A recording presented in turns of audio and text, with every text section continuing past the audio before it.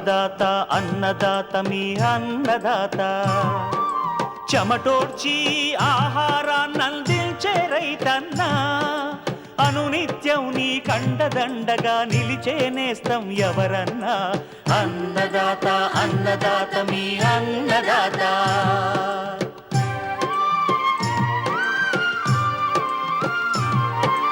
నూతన రీతుల సాగుబడికి నూరింతలు పెరిగే దిగుబడికి సూచనలిచ్చే సస్య రక్షణకు పశు పోషణకి శాస్త్ర విజ్ఞానం అందించి ముందుకు నడిపే తెలుగు రైతు భారతదేశానికి మకుటం అయ్యేలా తీర్చిదిద్దే ఆశయంతో మిమ్ము మేలు కొలిపేది అన్నదాత అన్నదాత అన్నదాత మీ అన్నదాత అన్నదాత అన్నదాత మీ అన్నదాత.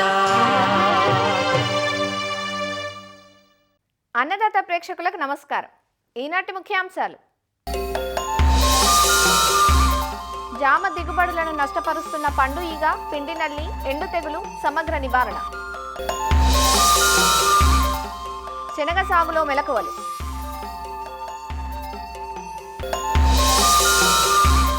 ఖమ్మం జిల్లాలో విస్తరిస్తున్న మిద్దె తోటల పెంపకం, city of terrace garden group ఏర్పాటుతో పెరుగుతున్న సాగుదారులు.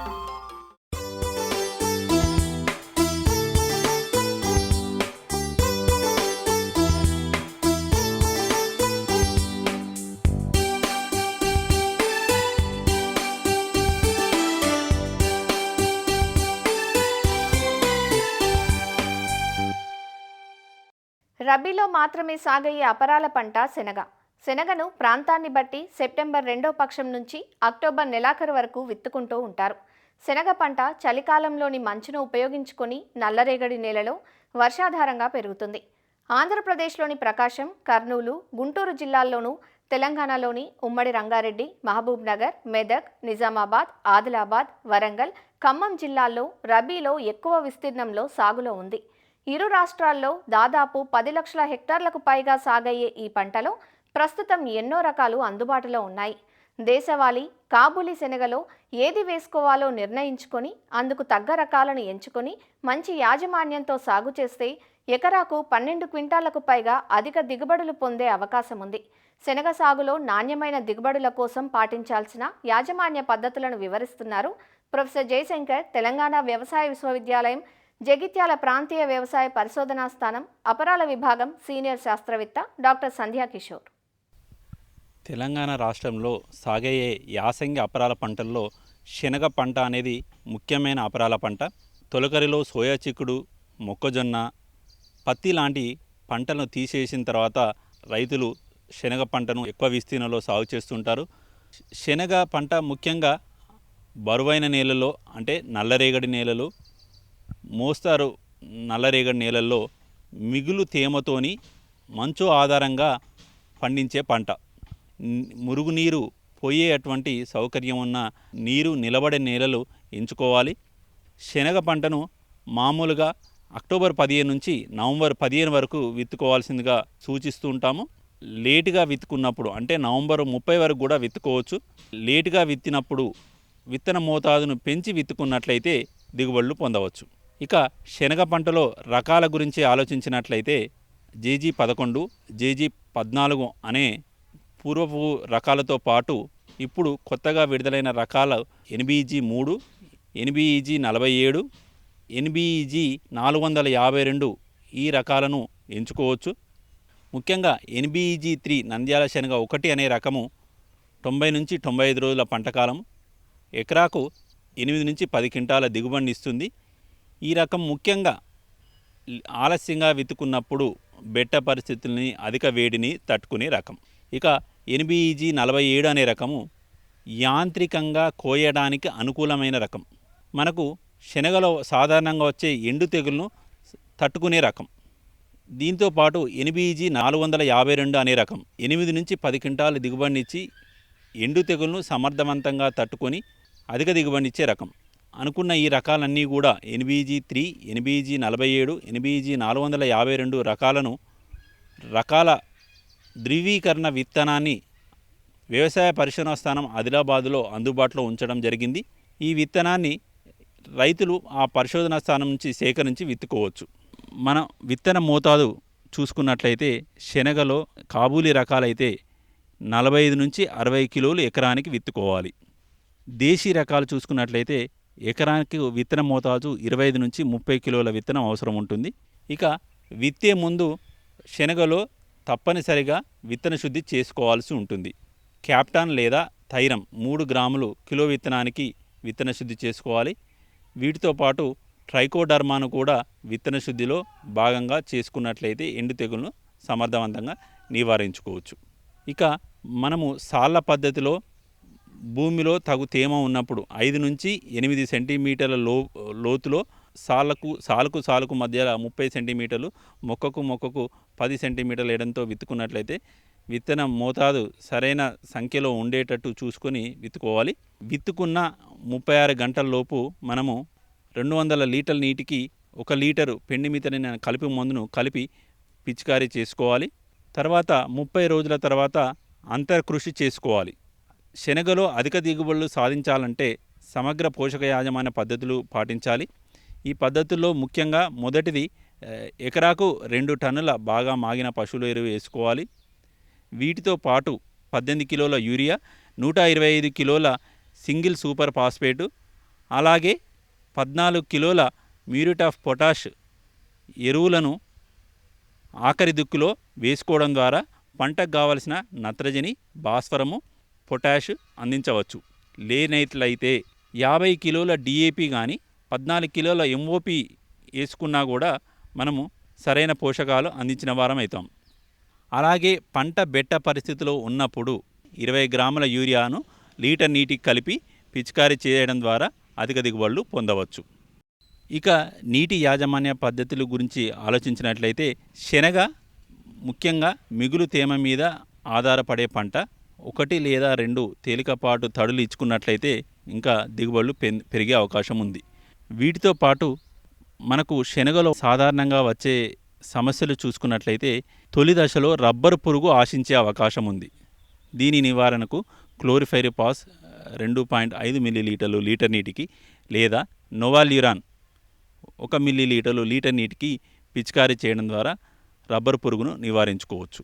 అలాగే పూత కాయ దశలో శనగపచ్చ పురుగు ఉధృతి ఉండే అవకాశం ఉంది కాబట్టి శనగపచ్చ పురుగు నివారణ కోసం గాను మొగ్గ దశలో మనము వేప నూనెను పిచికారీ చేయాలి. అలాగే మనకు పురుగు ఉధృతి ఉన్నప్పుడు స్పైనోసాడ్ కానీ క్లోరాంత్రినిప్రోల్ కానీ ఏదైనా ఒక మందును 0.3 మిల్లీలీటర్లు లీటర్ నీటికి అంటే ఎకరాకు 60 మిల్లీలీటర్లు పిచికారీ చేయడం ద్వారా శనగపచ్చ పురుగును సమర్థవంతంగా నివారించుకోవచ్చు.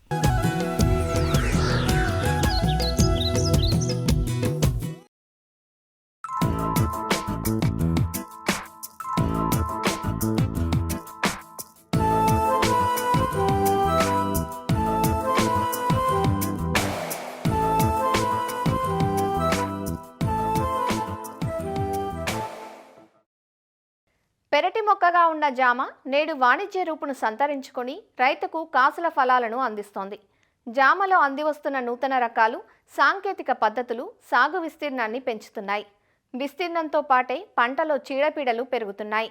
జామ దిగుబడులను, నాణ్యతను దెబ్బతీసే చీడపీడల పట్ల రైతులకు సరైన అవగాహన లేకపోవడంతో దీర్ఘకాలం పాటు అండగా ఉండాల్సిన తోటలు నాటిన తొలినాళ్లలోనే క్షీణదశకు చేరుకుంటున్నాయి. ప్రధానంగా పండు ఈగ, పిండి నల్లి, ఎండు తెగులు జామను తీవ్రంగా నష్టపరుస్తున్నాయి. అందువల్ల జామను ఆశించే చీడపీడల పట్ల రైతులు అప్రమత్తంగా ఉండి సరైన యాజమాన్య సస్యరక్షణ చర్యలు చేపట్టాలంటూ వివరాలు తెలియజేస్తున్నారు పార్వతీపురం మన్యం జిల్లా వైఎస్ఆర్ ఉద్యాన కళాశాల అసిస్టెంట్ ప్రొఫెసర్ డాక్టర్ హిమబిందు. జామలో ముఖ్యంగా పురుగులకు వచ్చేసరికి ఈ వర్షాకాల పంటలో ఎక్కువగా వచ్చేది పండు ఈగ.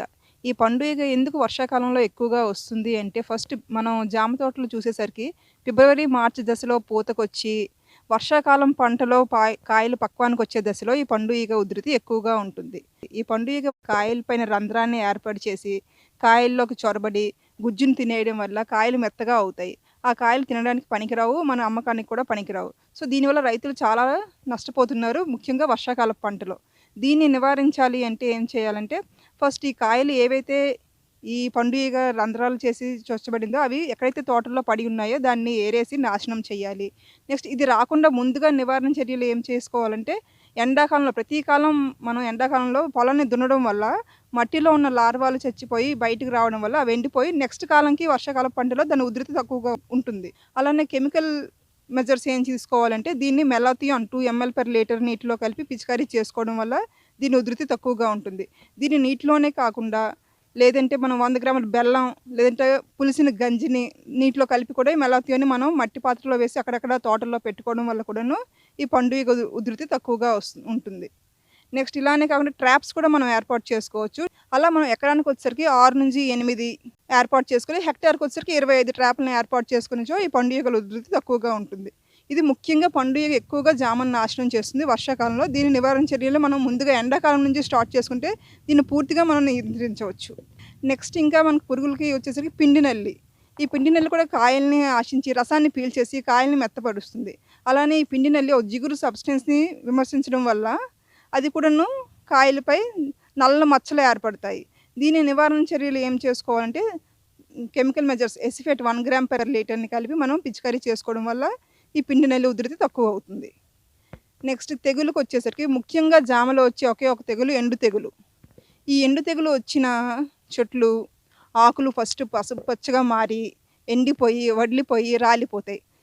నెక్స్ట్ దశకు వచ్చేసరికి కొమ్మలు కూడా ఎండిపోయి పైనుంచి కిందకి మొత్తం కొమ్మలన్నీ ఎండిపోయి చివరికి ఆ చెట్టు ఎండిపోయిన దశకు వస్తుంది.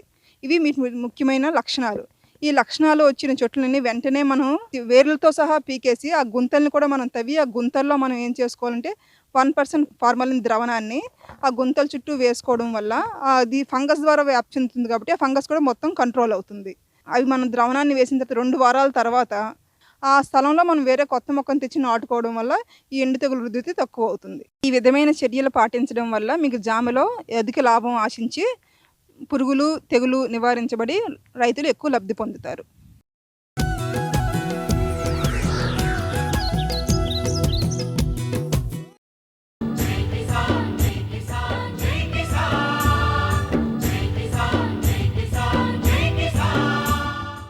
నగర జీవనంలో మార్పు వచ్చింది.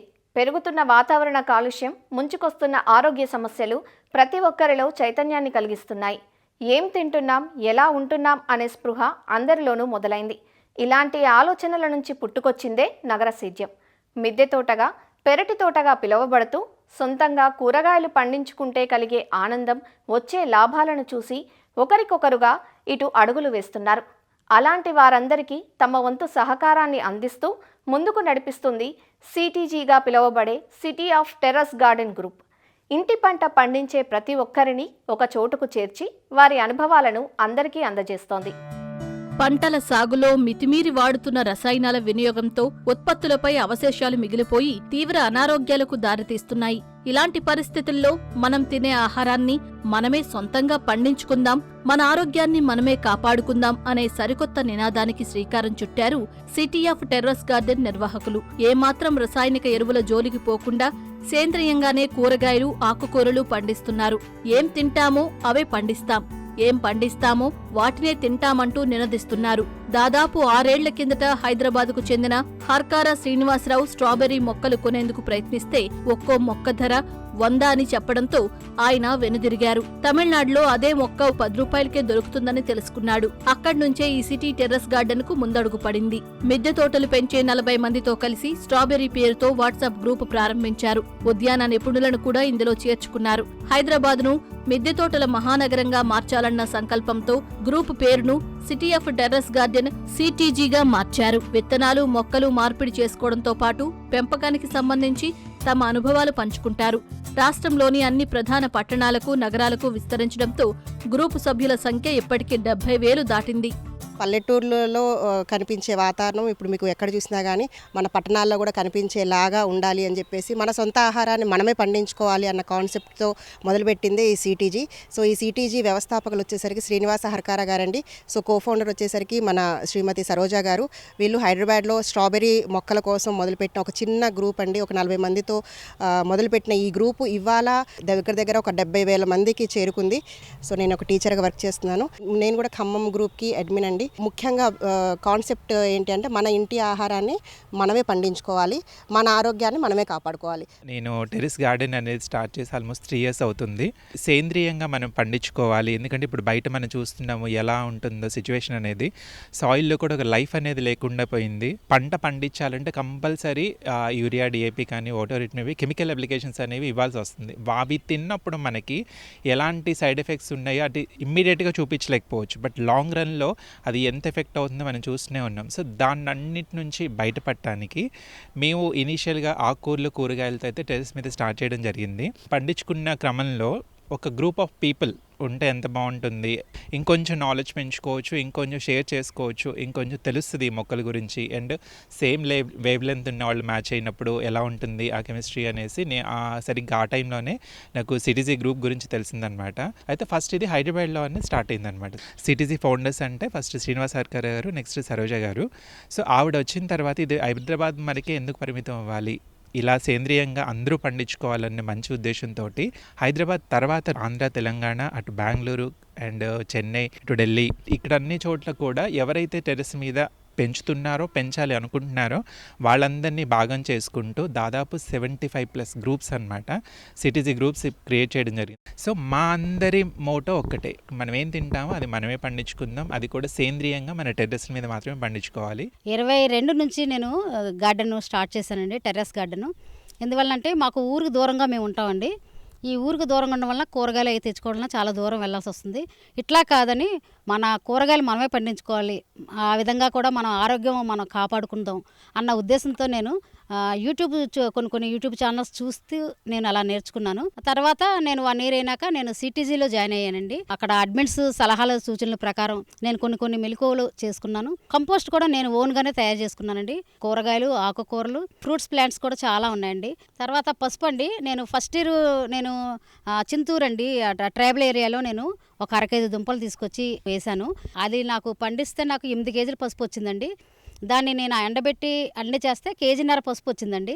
అయితే సిటీజీ వాళ్ళు కూడా నాకు లక్కడంగ పసుపు మాకు అందరికీ అందజేశారు. ఆ లక్కడంగ పసుపు కూడా చాలా ఎక్కువ పండించాను. నేను 1/4 kg దుంపలే తీసుకొని 4 kg పసుపు పండించానండి. మామిడల్లం కూడా టైర్లో వేసి నేను 100 గ్రాముల మామిడల్లాన్ని నేను 4 kg దాకా పండించాను. బాలాజీనమ్మ అయితే నాకు 200 కాయల దాకా వచ్చినాయి ఈ 2 సంవత్సరాల్లో. తెలుగు రాష్ట్రాలతో పాటు బెంగళూరు, చెన్నై, ఢిల్లీ, అమెరికాలోనూ సిటీజీ గ్రూపులు ఏర్పడ్డాయి. ఫేస్బుక్, ఇన్స్టాగ్రామ్, యూట్యూబ్లోనూ సిటీజీ ఆశయాన్ని వ్యాప్తి చేస్తున్నారు. మొక్కల సాగులో సమస్యలు ఉత్పన్నమైతే ఒకరికొకరు నివారణ చర్యలు చెప్పుకుంటారు. స్వదేశీ, విదేశీ మొక్కల సమాచారం అందజేస్తూ ఉంటారు. ఖమ్మం జిల్లాలో మిద్దె తోటల సంస్కృతి అంతటా విస్తృతంగా పెరుగుతోంది. సిటీజీ గ్రూపు మొదలైనప్పటి నుంచి ఏ రోజూ మార్కెట్లో కూరగాయలు కొనుగోలు చేయలేదని, తాము పండించిన కూరగాయలు, ఆకుకూరలే తింటున్నామని సాగుదారులు సంతోషంగా చెబుతున్నారు. 3 years బ్యాక్ ఇక్కడ ఇల్లు కట్టుకొని ఇట్లా గార్డెన్ వేయడం జరిగిందండి. గార్డెన్లో అన్ని మొక్కలు ఒకేసారి కడియం వెళ్ళి తీసుకొచ్చానండి. 3 parts చేసేసి ఒకవైపు కూరగాయలు, మధ్యలో లాను, ఆ చివర ఫ్లవరింగ్ ఏర్పాటు చేశానండి. ఇట్లా నడవడానికి వీలుగా ఇదొకటి ట్రాక్ పెట్టుకున్నాను. మంచిగా కూరగాయలు పండుతున్నాయి, పండ్లు, అరటి పళ్ళు, అన్ని రకాల పళ్ళు దాదాపుగా 1-2 కాయలేదు, ఇంకా మిగతావన్నీ మంచి కాసేయండి. చక్కగా టేస్ట్ చాలా బాగుంటుంది. పురుగు మందులు ఏమీ వేయట్లేదు. మేకల ఎరువు ఒకటే నేను సంవత్సరానికి ఒకసారి పెడుతున్నాను. ఇది తాడియరండి. అసలు ముందు వాటిని చూస్తేనే హ్యాపీ అండి. రోజు 10 సార్లు ఇంట్లో నుంచి చూస్తూ ఉంటాను.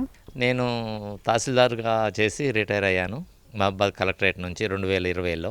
చిన్నప్పటి నుంచి కూడా మొక్కలంటే మామూలుగా ఏ మొక్క అయినా సరే మొక్కలు ఇష్టం ఉండేది. దాదాపుగా 2007లో మేము ఈ ఇల్లు కట్టుకున్నాము.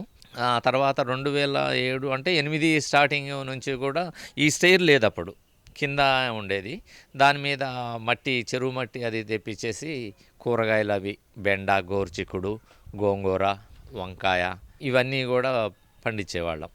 ఈ ఇల్లు అయిపోయిన తర్వాత అంటే 1 year బ్యాక్ మళ్ళీ స్టార్ట్ చేశా. పాతది ఉన్నప్పుడే సిటీజీ గ్రూపు పరిచయం అయింది. అంతకుముందు నాకు వీటన్నిటి మీద అవగాహన లేదు. ఏది ఆర్గానిక్ ఫెర్టిలైజర్స్ ఏవైతే ఉన్నాయో అన్నీ ఇట్లా వేయవచ్చు, ఇట్లా దొరుకుతాయి అనే విషయం మీద నాకు ఐడియా లేదు. ఏదో మనకు తెలిసిన వర్మి కంపోస్టు, డిఏపి ఇవి తెచ్చి లేకపోతే ఇంట్లో చెత్త ఏదో వేస్తుండే వాళ్ళం, కానీ అంత వాటి మీద కూడా అవగాహన లేదు. ఏది కిచెన్ వేస్ట్ కూడా కంపోస్ట్గా తయారు చేయవచ్చు అని. ఇప్పుడు అన్నీ సిటీజీ గ్రూప్ నుంచి మనకు organic fertilizers with low price వస్తుంటాయి, అవి ఒకటి తెప్పించుకుంటాము.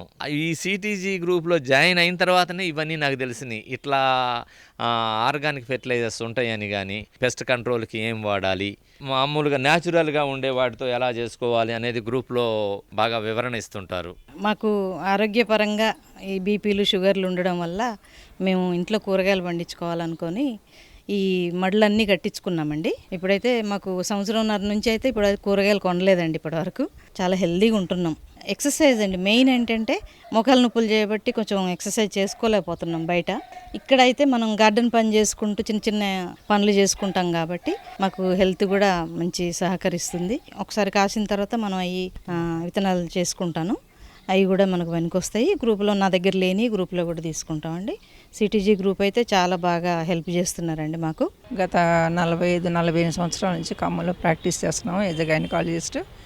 ఈ మిద్దె తోటలు అన్నది ఇంటికి అందాన్ని ఇవ్వటే కాకుండా మనకి ఆరోగ్యాన్ని, తర్వాత ఈ పురుగులు మందు అవి ఈ కలుషితం అయిన ఆహారాన్ని కాకుండా శుద్ధమైన ఆహారాన్ని కూడా అందించడానికి ఉపయోగపడతాయి. 2 years నుంచి నేను సిటీజీలో జాయిన్ అయిన తర్వాత నాకు ఈ మిత్రులందరూ అడ్మిన్స్ అందరూ సలహాలు ఇచ్చారు.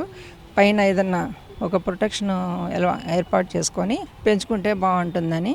ఆ తర్వాత 1.5-2 సంవత్సరాలు అయింది నేను మొదలు చేసి. బాగానే ఉంది ప్రస్తుతం. ముందు ఆకుకూరలతో మొదలుపెట్టాను, తర్వాత కాయగూరలు కూడా బాగానే పండిస్తున్నాను. ఈ సంవత్సరం బాగుంది ఫలితాలు. చాలా హ్యాపీగా ఉంటుందండి పైకి వచ్చేసరికి. ఎస్పెషలీ తను మార్నింగ్ ఆల్మోస్ట్ 6-6:30కి వెళ్ళిపోయి 9:15 కిందకు వస్తారండి. వచ్చినప్పుడు I see are sweating entire body. It's a very big exercise also. Organic fresh vegetables we are eating. Of course it's a costly affair, but we can afford it. మనం doctor Nirmala గారి గార్డెన్లో ఉన్నాము. తను 2 years back zero only మిద్దేనండి, తోట లేదు, పుట్టి మిద్దే ఉంది. మేమందరం 600 members సిటీజీ గ్రూప్లో ఉండి అందరు చేస్తుంటే తనకి ఇన్స్పిరేషన్ అనిపించి ఎట్లా చేయాలన్న, ఎట్లా లేదు మీకు అంత మిద్ది ఉంది, దాని మీద వేసేసి చేద్దామండి అని అంటమే. అంతే మేము తను మార్చి తాడున మేము ఒకసారి గ్యాదర్ అయ్యి దీనికి ఎక్కడ ఏంటి అని అనుకున్నామండి. అప్పటి నుంచి తనే చేస్తా, అసలు వండర్ అండి. ఖమ్మం జిల్లాలో సిటీజీ స్ఫూర్తితో విద్యాశాఖ సరికొత్త కార్యక్రమానికి శ్రీకారం చుట్టింది. పాఠశాలల్లో కిచెన్ గార్డెన్ల పేరిట సేంద్రియంగానే కూరగాయలు, ఆకుకూరలు పండిస్తున్నారు. ఇప్పుడు ఆయా పాఠశాలల్లో మధ్యాహ్న భోజనంలో విద్యార్థులు తాము పండించిన కూరగాయలు, ఆకుకూరలే తింటున్నారు. ఆరోగ్యకర పంటలు పండించడమే కాకుండా 10 మందికి సమాచారాన్ని తెలియజేస్తూ ప్రతి ఒక్కరిలోనూ ఇంటి పంట పండించాలనే చైతన్యాన్ని తీసుకువచ్చిన సిటీజీ గ్రూపును ప్రతి ఒక్కరూ అభినందిస్తున్నారు.